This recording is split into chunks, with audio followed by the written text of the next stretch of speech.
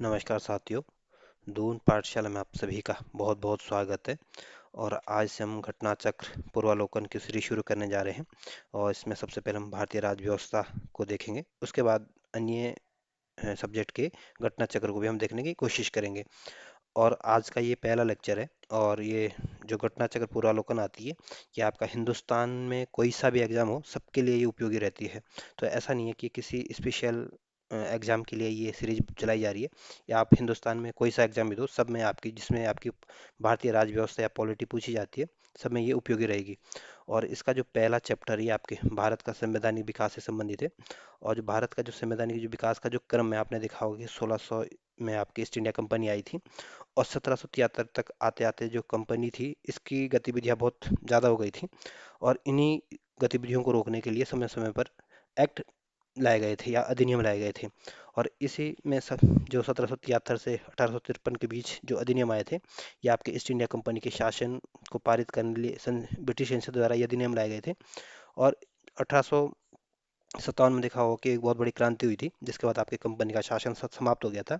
और इसके बाद सीधा आपके ब्रिटिश ताज का शासन भारत में शुरू हो गया था। इसके बाद आपके इसलिए आपके 1858 से 1947 में आपके ब्रिटिश ताज के शासनाधीन पारित अधिनियम को हम अलग तरीके से देखेंगे। तो इसमें आज हम 1773 से 1853 के एक्ट को देखेंगे, और इससे संबंधित जो प्रीवियस ईयर क्वेश्चन वो भी देखेंगे। तो इसमें सबसे पहले जो कंपनी के शासन को द्वारा कंपनी के शासन हेतु जो अधिनियम पारित किया गया था, ये सबसे पहले आपका 1773 का रेगुलेटिंग एक्ट पारित किया गया था। और इस एक्ट के माध्यम से आपको पता है कि बंगाल के जो गवर्नर थे, उसको बंगाल का गवर्नर जनरल बना दिया गया था। और इस बंगाल का जो गवर्नर जनरल था, इसकी हेल्प करने के लिए चार सदस्यीय कार्यकारी परिषद का भी गठन किया गया था। और इनका जो कार्यकाल था, ये आपका 5 साल रहता था। और जो बंगाल का जो पहले गवर्नर जनरल बने थे, ये आपके वॉरेन हेस्टिंग्स जी बने थे। और इसी एक्ट के माध्यम से आपके 1774 में आपके एक कलकत्ता में आपके सुप्रीम कोर्ट की स्थापना की गई थी। और इसमें एक तो मुख्य न्यायाधीश था और 3 आपके अन्य न्यायाधीश थे। और इसी 1773 एक्ट के माध्यम से जो कंपनी के जो निजी व्यापार होता था, जो प्राइवेट ट्रेड करते थे, उस पर भी रोक लगा दी गई थी। और ये भारतीय राज्यों से दुनिया भर के गिफ्ट लेते थे, उस पर भी इस एक्ट के माध्यम से प्रतिबंध लगा दिया गया था। 1773 के बाद आपका 1784 में आपका पिट्स इंडिया एक्ट आता है। तो कई बार सिंपल तरीके से पूछा जाता है कि पिट्स इंडिया एक्ट कब आया था, तो 1784 ध्यान रखना। और पिट्स इंडिया एक्ट के माध्यम से जो राजनीतिक और व्यापारिक जो कार्य होते थे, इसको अलग अलग कर दिया गया था। जो व्यापारिक मामले होते थे, ये आपके इसको आपके निर्देशक मंडल इसको रेगुलेट करता था, निर्देशक मंडल इसको देखता था। और जो राजनीतिक मामले होते थे, इसको प्रबंधन करने के लिए अलग से बोर्ड ऑफ कंट्रोल का गठन किया गया था। और इस 1784 पिट्स इंडिया एक्ट के बाद आपके 1786 का अधिनियम आता है। और 1786 का जो एक्ट आता है, इसके माध्यम से जो गवर्नर जनरल को विशेष परिस्थितियों में अपनी परिषद के निर्णयों को निरस्त करने और उसको लागू करने का अधिकार मिल गया था। और गवर्नर जनरल को प्रधान सेनापति की शक्तियां प्रदान की गई है। और ये जो दोनों शक्तियों का जो सबसे पहले जो इस्तेमाल किया था, ये आपके लॉर्ड कॉर्नवालिस जी ने किया था। इसके बाद आपके 1793 का चार्टर एक्ट आता है। और इस चार्टर 1793 का जो चार्टर एक्ट था, इसको आपके 20 सालों के लिए बढ़ा दिया गया था। और इसी के एवज में आपके 1813 में फिर चार्टर एक्ट आता है। और 1813 का जो चार्टर एक्ट आया था, इसमें पहली बार भारतीयों की शिक्षा के ऊपर ये प्रावधान किया गया था कि भारतीयों की शिक्षा के ऊपर 1 लाख रुपए खर्च किया जाएगा। ये बात आपके 1813 के चार्टर एक्ट में कह गई थी। और इसी 1813 के एक्ट के माध्यम में से जो कंपनी थी, इसके जो भारतीय व्यापार होते थे, उस पे इसका जो भारतीय व्यापार जो कंपनी का जो एक अधिकार होता था कि सिर्फ ईस्ट इंडिया कंपनी ही शासन करेगी या मतलब व्यापारिक करेगी, उसको समाप्त कर दिया गया था। तो कई बार पूछते हैं कि किस एक्ट के माध्यम से कंपनी के भारतीय व्यापार के एक अधिकार को समाप्त किया गया था, तो ध्यान रखना 1813 का चार्टर एक्ट। इसमें भारतीय व्यापार के एक अधिकार को समाप्त किया गया था, लेकिन चीन और चाय का व्यापार जो था, यानी चीन के साथ ही व्यापार कर सकते थे, और चाय का जो व्यापार था उस पर भी इनका एक अधिकार बना रहा था। फिर इसके बाद आपके 1833 का चार्टर एक्ट आता है। और इस 1833 चार्टर एक्ट के माध्यम से आपके जो बंगाल के जो गवर्नर जनरल थे, उसको भारत का गवर्नर जनरल बना दिया गया था। और इस एक्ट के माध्यम से ये भी बात जोड़ी गई थी कि कोई भी भारतीय नागरिक हो उसको आपके धर्म, जन्म स्थान, वंश, वर्ण के आधार पर सरकारी सेवा से वंचित नहीं किया जाएगा। और इसी एक्ट के माध्यम से देश की जो शासन प्रणाली थी उसका केंद्रीकरण कर दिया गया था। केंद्रीकरण का मतलब होता है जब बहुत सारी शक्तियों को एक जगह समाहित कर दिया जाता है, और विकेंद्रीकरण का मतलब होता है जब शक्तियों का बंटवारा किया जाता है। तो कई बार पूछ लेंगे कि देश की शासन का केंद्रीकरण की प्रणाली कब बनाई गई थी, तो ध्यान रखना 1833 का एक्ट। और इसी एक्ट के माध्यम से आपके लॉर्ड विलियम बेंटिंग भारत के प्रथम गवर्नर जनरल बने थे। और जो 1833 का एक्ट आया था इसमें जो कंपनी की जो समस्त व्यापारिक कार्य थे उसको समाप्त कर दिया गया था।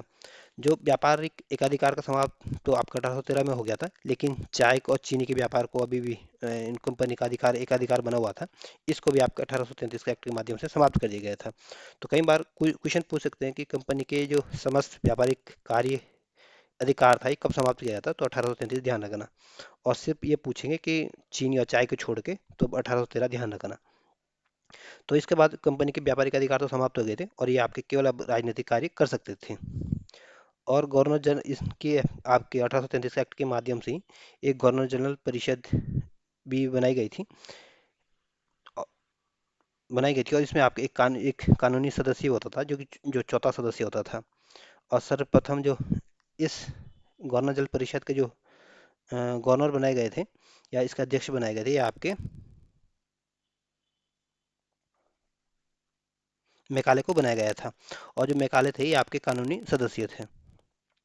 और इस एक्ट के माध्यम से ही आपके गवर्नर जनरल को पूरे भारत में के लिए कानून बनाने का अधिकार भी मिल गया था।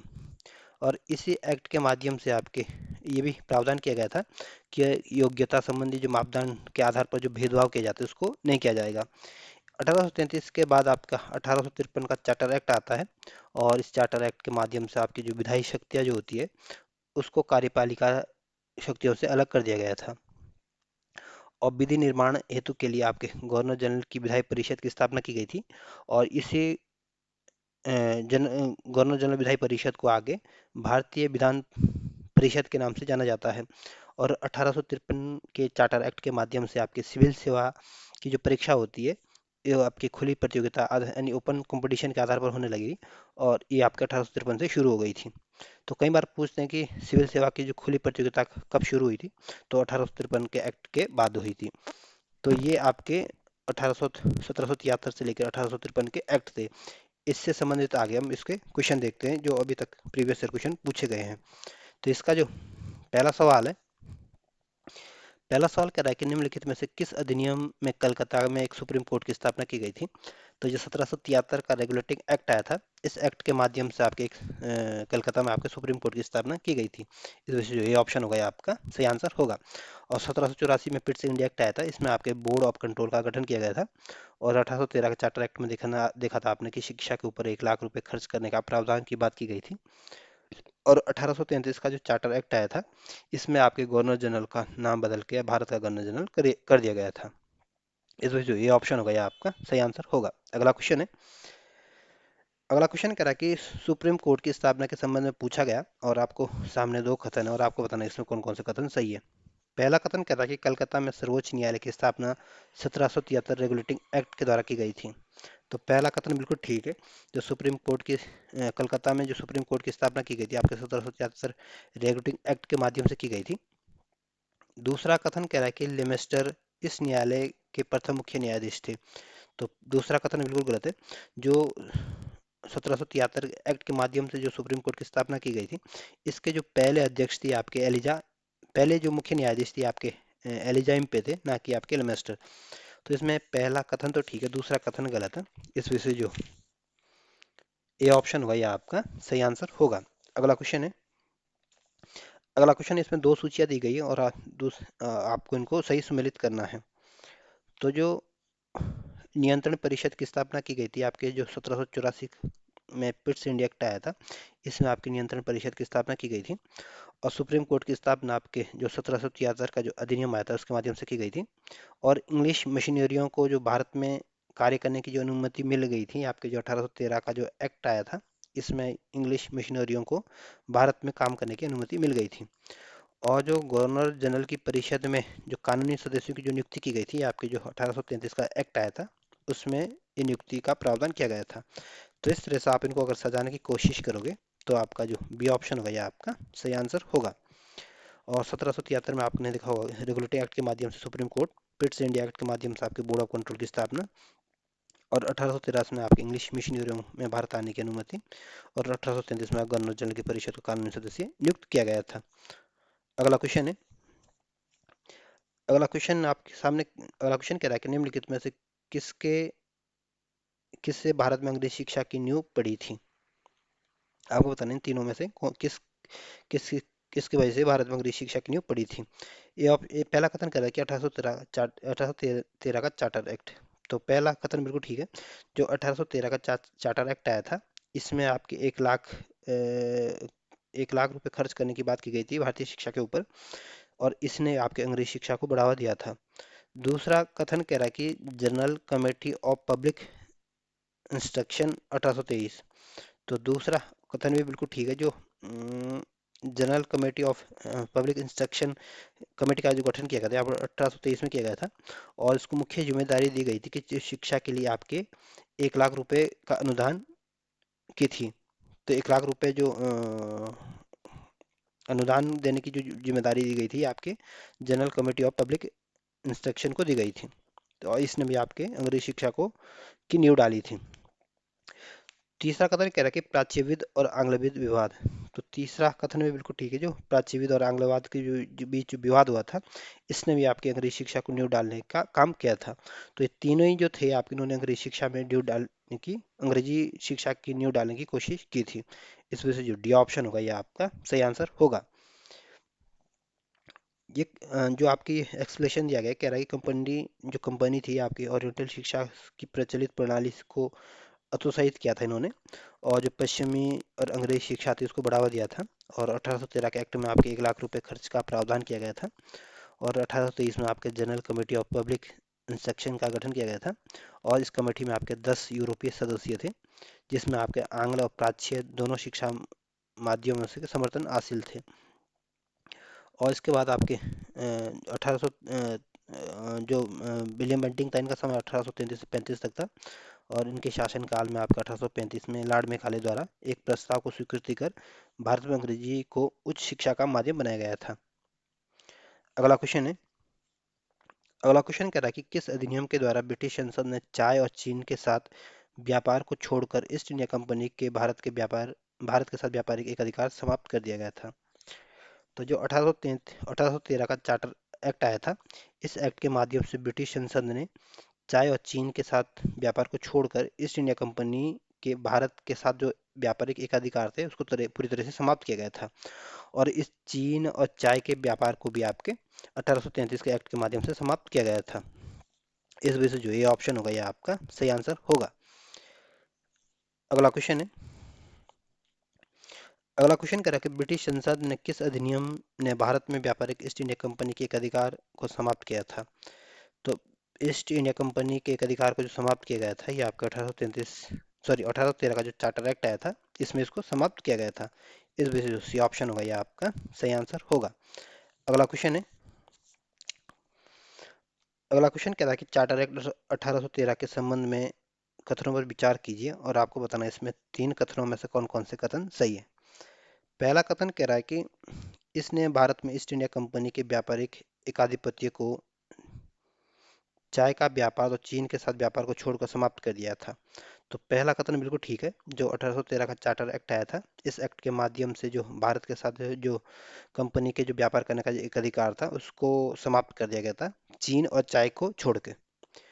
दूसरा कथन कह रहा है कि इसने कंपनी द्वारा एक अधिकार के लिए भारतीय राज्य क्षेत्रों पर ब्रिटिश राज की संप्रभुता को सुदृढ़ कर दिया। तो दूसरा कथन भी बिल्कुल ठीक है। जो 1713 का जो चार्टर एक्ट था, इसने आपकी कंपनी के अधिकार के लिए भारतीय राज्य क्षेत्रों पर ब्रिटिश राज की या ब्रिटिश क्राउन की संप्रभुता को सुदृढ़ करने का काम किया है। दूसरा कथन भी ठीक है। तीसरा कथन कह रहा है कि भारत का राजस्व अब ब्रिटिश संसद के नियंत्रण में आ गया था। तो तीसरा कथन गलत है।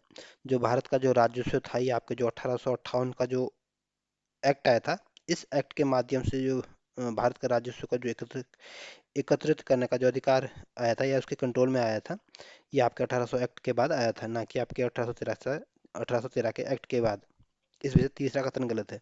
तो पहला कथन ठीक है, दूसरा कथन गलत है। इस वजह से जो ये ऑप्शन होगा ये आपका सही आंसर होगा। अगला क्वेश्चन है, अगला क्वेश्चन कह रहा है कि किस अधिनियम ने भारतीयों को किस अधिनियम ने भारतवासियों को अपने देश में प्रशासन को कुछ हिस्सा लेना संभव बनाया था? तो जो 1833 का जो चार्टर एक्ट था, इस अधिनियम ने भारतवासियों को अपने देश के प्रशासन में कुछ हिस्सा लेना संभव बनाया था। इस वजह से जो ये ऑप्शन होगा ये आपका सही आंसर होगा। और 1833 चार्टर एक्ट के माध्यम से किसी भी भारतीयों के साथ धर्म, जन्म स्थान, वर्ण या वंशानुक्रम के आधार पर किसी भी तरह के भेदभाव नहीं किया जाएगा, और इनको किसी भी पद के लिए इनको अयोग्य घोषित नहीं किया जा सकता है। इस वजह से जो ये ऑप्शन होगा ये आपका सही आंसर होगा। तो ये आपके पहले चैप्टर की ही समाप्ति हो जाती है, और इसके बाद हम ब्रिटिश ताज के जो शासन अधीन द्वारा जो पारित अधिनियम थे उसको देखने की कोशिश करेंगे।